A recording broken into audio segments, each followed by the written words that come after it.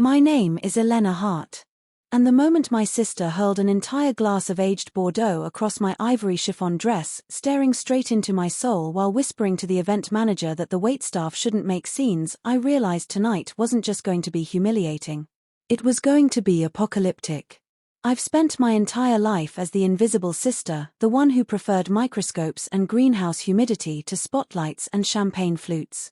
While my older sister, Vanessa, basked in our parents' adoration, I buried myself in agronomy research, quiet breakthroughs in drought-resistant crops, vertical farming patents, and soil regeneration techniques that could actually save starving regions. Work that mattered. Work that paid in impact, not Instagram likes. To my parents, Lawrence and Vivian, it might as well have been manual labor. Vanessa married Ethan Caldwell, the Golden Boy executive vice president of Horizon Foods, a global agribusiness giant. Ethan arrived at family dinners in Italian loafers that cost more than my entire graduate stipend. Our parents practically bowed. Then there was my husband, Rowan. I met him at a small regenerative agriculture symposium in rural Nebraska. He wore faded denim, spoke reverently about mycorrhizal networks, and smelled faintly of cedar and turned earth. When I brought him home for the first time, my mother asked, without irony, if he needed a towel for the barn smell. Rowan and I have been married for 4 years. In those 4 years, my family has never once stepped foot in our home. They imagined a sagging farmhouse with chickens in the yard. They had no idea Rowan founded Blackthorn Agritech, a quiet powerhouse controlling critical seed genetics, precision irrigation systems, and supply contracts that kept companies like Horizon Foods solvent. 9-figure valuation. Zero flash. Rowan's favorite saying? If they can't value you in overalls, they don't get to celebrate you in diamonds. I believed him. But swallowing the constant dismissal was becoming physically painful. The invitation to the wedding of the decade arrived 4 months ago, a $250,000 oceanside extravaganza at a private villa. Mine came with a post-it note from my mother. Please make sure Rowan dresses appropriately. We're hosting board members and investors. No flannel. 3 weeks before the big day, my father called in a panic. The florist and string quartet were threatening to walk. They were short $30,000 for final deposits. Ethan's liquidity was temporarily tied up. Could I help? Just a loan. They'd repay it when his next quarterly bonus landed. I knew that bonus was smoke. Industry whispers said Horizon was deep in an internal investigation, missing marketing funds, questionable vendor contracts. Still, I looked at Vanessa's perfect life and felt that old, stupid loyalty.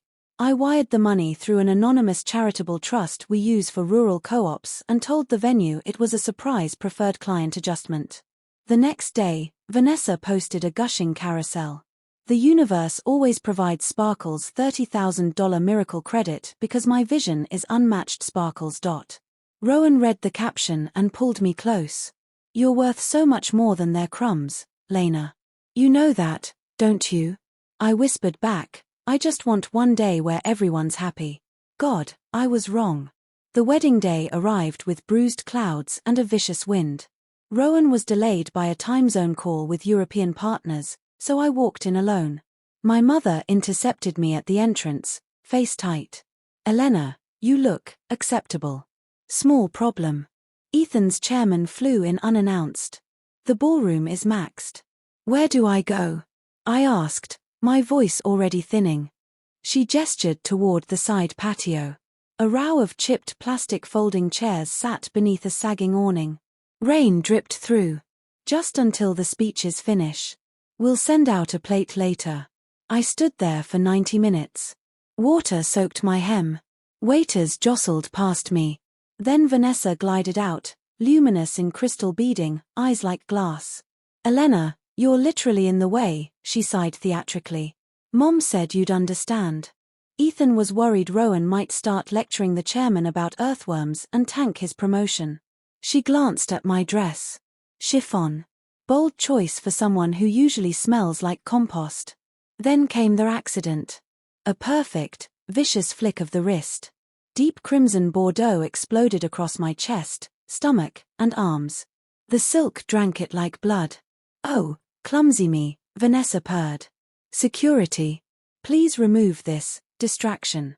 She's upsetting the ambience. My parents watched through the French doors. They didn't move. Didn't speak. Just turned away, clinking fresh champagne flutes. I started walking toward the gravel drive, tears mixing with rain, when Rowan's matte black Range Rover rolled up.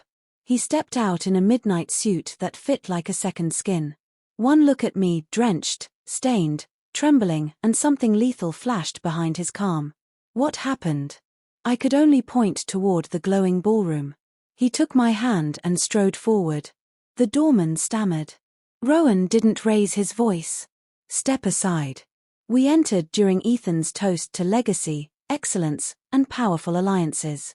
The room froze. Vanessa's champagne flute nearly slipped. Elena, my mother hissed. You're embarrassing us. But another voice cut through. Deep. Surprised. Rowan Blackthorne? I've been trying to reach you for days. Chairman Whitaker of Horizon Foods. Rowan's voice carried, calm and final. I came to support my wife's family. Turns out they believe she belongs in the downpour, and I'm just the dirt under the nails help who might ruin their optics. Ethan went grey. Sir, this is a misunderstanding. I stepped forward, wine still dripping. Like the $30,000 miracle that saved this wedding? That came from the man you call the farmhand. Or the white paper you presented to the board last quarter, my research, my data, my name erased. Whitaker's face hardened. Ethan. You claimed authorship. Rowan slid a slim folder across the table. The forensic audit arrived 30 minutes ago. $47,000 in falsified vendor payments. Enough to cover aesthetics. He turned to the chairman. I was going to sign the acquisition papers Monday. After tonight. Blackthorne is taking its patents, contracts, and future elsewhere. Then, to Ethan. Security will box your office Monday. Don't bother showing up. My father reached for Rowan's sleeve. Son, we're family. Rowan looked down at the hand like it was filth. Family doesn't exile their daughter to the rain. We left. Behind us, the DJ cut mid-song. The caterer announced the final deposit had been revoked. The lights flickered out.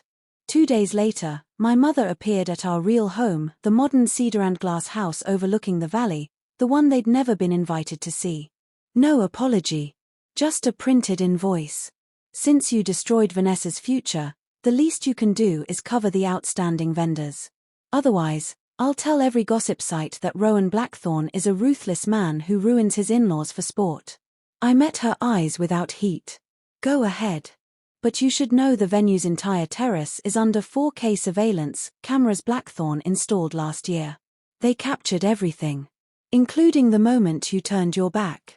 She blanched bone-white and left. We haven't heard from them since. Vanessa and Ethan moved into my parents' guest suite.